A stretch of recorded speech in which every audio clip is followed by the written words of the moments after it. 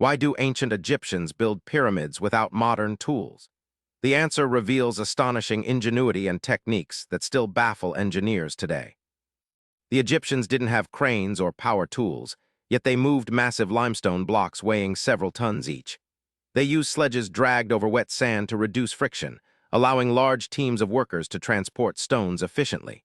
This simple but effective technique shows their deep understanding of physics and materials.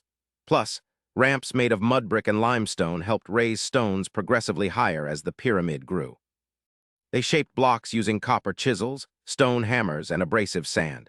Copper tools were softer than stone, so craftsmen relied on relentless hammering and grinding with sand to cut and smooth surfaces. The stones fit so tightly that even a knife blade couldn't slip between them. This precision was essential for the pyramid's stability and longevity, proving ancient workers had incredible skill and patience.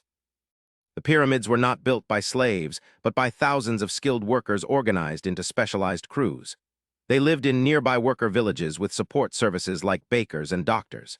This workforce operated under strict management with schedules, supply chains, and quality control to maintain efficiency.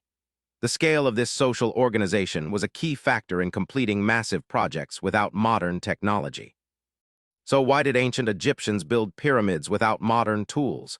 Their success came from brilliant engineering, masterful craftsmanship, and organized teamwork.